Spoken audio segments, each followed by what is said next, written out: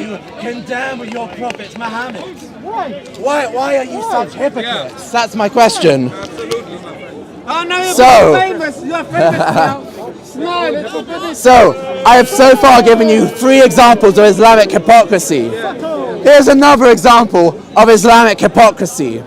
How is it that you're so condemning of the West for having premarital sex and relationships, girlfriends, and so on? You say that this is fahisha, that this is lewdness. Oh, is it? This is lewdness, yes? They quote, and yet the Quran says that you can have sex with as many sex slaves as you want. That's why I'm a Muslim. Yes. That's why I'm a Muslim. The Quran. Well, first I'll show them this. So in the Quran it says, certainly the believers will have succeeded in chapter 23, verses 1 to 6. Certainly the believers will have succeeded. Those who during their prayer are humbly submissive, they who turn away from ill speech, they who are observant of the zakah, and they who guard their private parts, except from their wives, or those their right hands possess, for indeed they will not be blamed. So this is telling Muslims that they are allowed to have sex with sex slaves. Okay? So how is it that you condemn? Here is what you're doing. You're condemning Western society for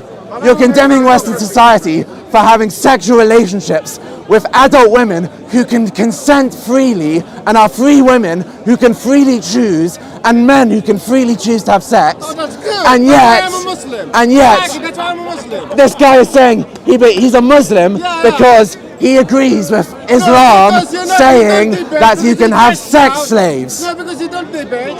So they're okay with sex slaves, but they're not okay with premarital consensual sex. This is Islamic hypocrisy. Yes, that's why I'm a Muslim. Islamic hypocrisy. They're not even listening. Well, ask people why they go to Islam. And some people say, by the way, some people say that Islamic slavery is not like Western slavery. Some people say that Islamic slavery is not like Western slavery. And yet, Muhammad bought and sold slaves, just like Western slave owners. Narrated Jabir ibn Abdullah, this is one of Muhammad's own friends from Sahih al-Bukhari. He said that a man decided that he would free his slave after his death. And later on, he was in need of money, so the Prophet took the slave and said, "Who will buy this slave from me?" Wow, that was This is from Sahih al-Bukhari. So, in Islam, you're allowed to buy and sell slaves, and you're allowed to have sex with those slaves. Yes. So I want to ask, how can you live with this Islamic hypocrisy? I'm debating with Islam. I am showing that Islam allows sex slavery. I said you don't dare to debate. When they were married, No. Listen to this. Listen to this. Some Muslims say that the slaves in Islam are well treated, and yet listen to how slaves were treated. Whenever Ibn Umar wanted to buy a slave girl, he would inspect her by analyzing her legs and placing his hands between her breasts and on her buttocks, like if he was putting it behind her clothes. This is from Kanzat al-Umar, Sunan al-Kubra, volume 5, page 329. So this is how the Muslims treated their slaves. They would grab their breasts and grab their buttocks when they were buying them. They treated them like cattle. This is the Islamic hypocrisy.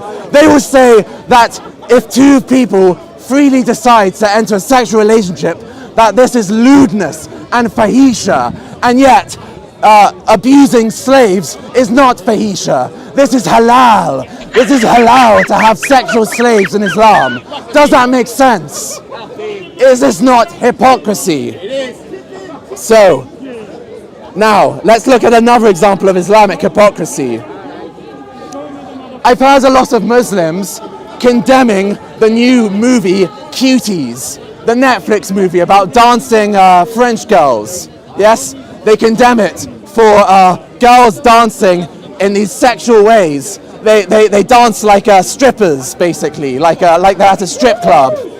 And this is a lewd thing. This is a disgrace. It is abusing children to teach them to dance this way. So rightly, Muslims condemn this, and yet they are so hypocritical when they condemn children dancing sexually, but they will not condemn grown men having sex with children. How does that make sense when you say that children are allowed? They say that it is bad for children to dance sexually, but it is okay for adults to have sex with children. In the Quran, it says that a man can divorce his prepubescent bride. Yes, we will show it. So, in the Quran, chapter 65, verse 4, it says, "And those who no longer expect menstruation from among your women, if you doubt, then their period is 3 months, and also those who have not menstruated. And for those who are pregnant, their term is until they give birth. And whoever fears Allah, He will make of him his matters an ease." So this is saying that you can divorce prepubescent girls, those who have not had their periods yet. You can divorce them. Why can you divorce girls who have not yet had their periods? Because you can marry those who have not yet had their period. Yes, yes, and so, listen, and some people, by the way, they say, oh no, this is talking about women who have not yet had their period. But this is false, because, listen to this.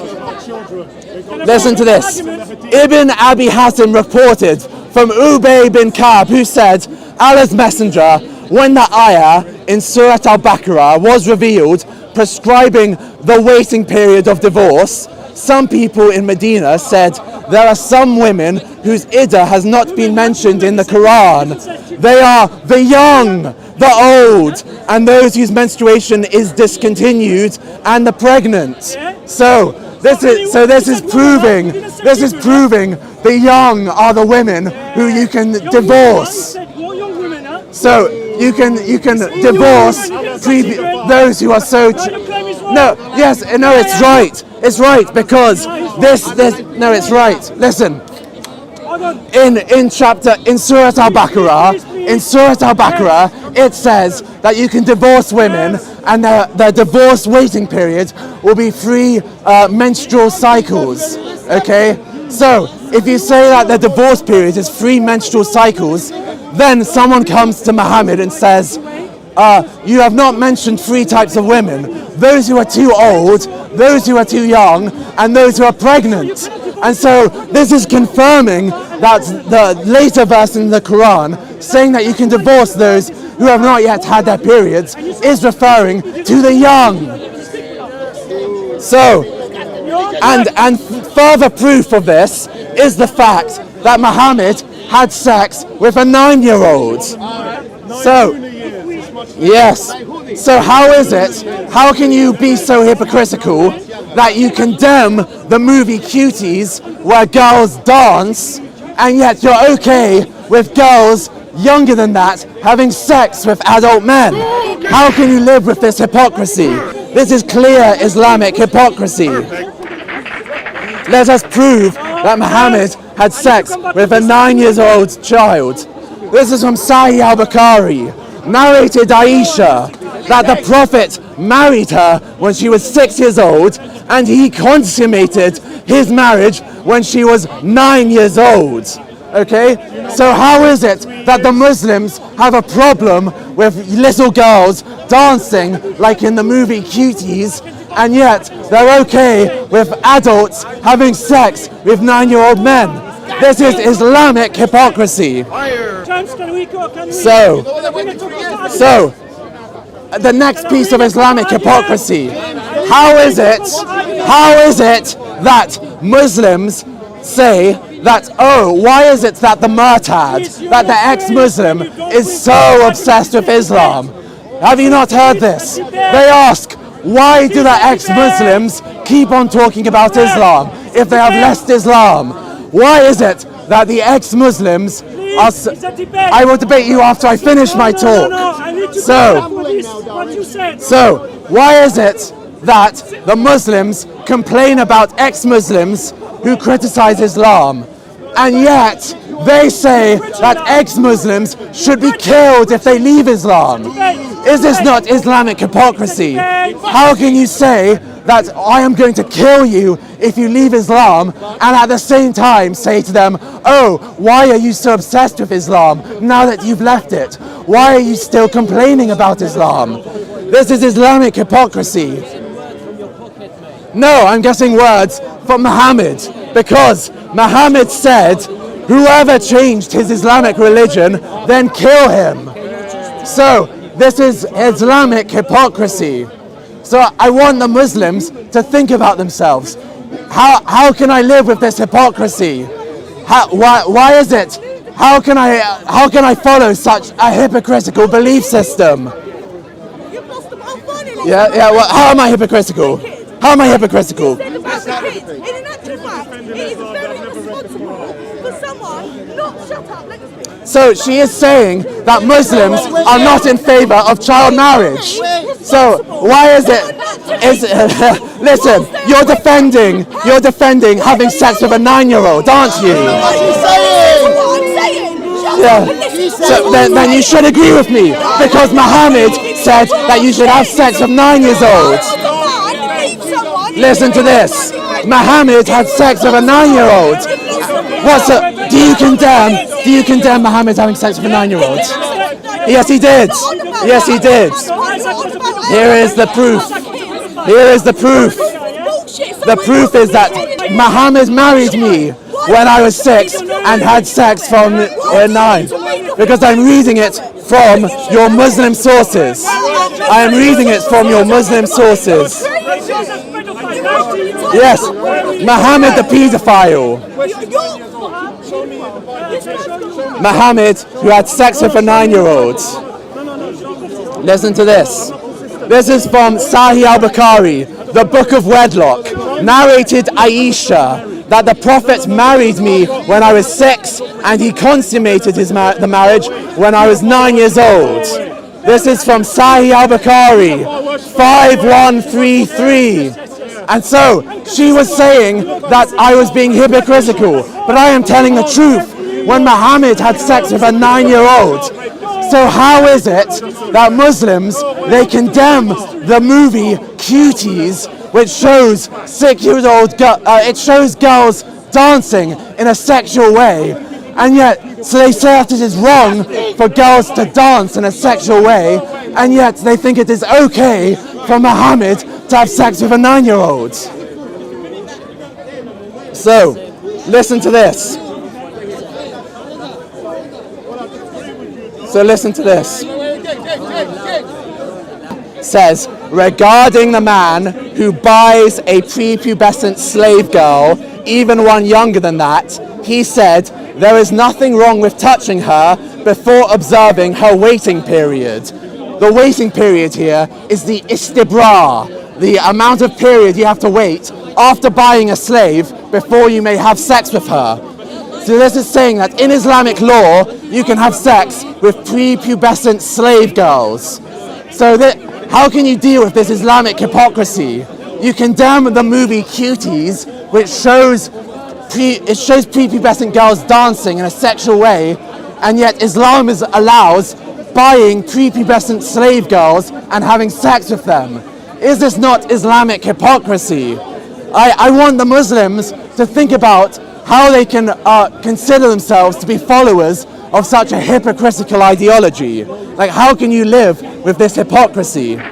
Okay, so these were the 3 examples we've brought.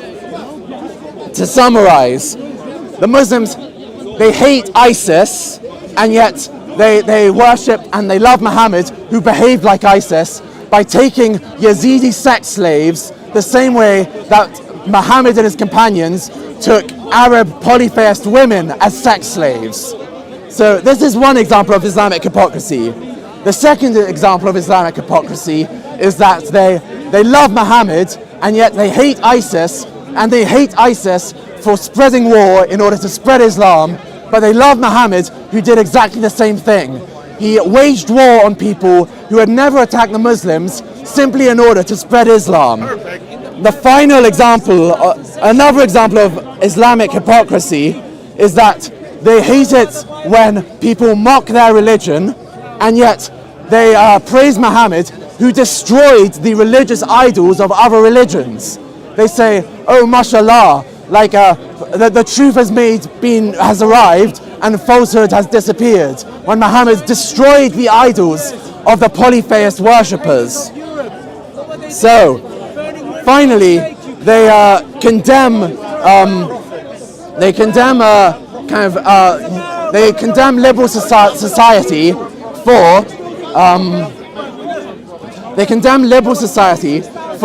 being allowed to have girlfriends and have free sexual relationships with people, and yet they say that this is fahisha, this is lewdness, and yet they're okay with Islam promoting sexual slavery, actually buying slaves and having sex with them, like their religion says you can do. And they condemn the movie Cuties, which shows children dancing in a sexual manner.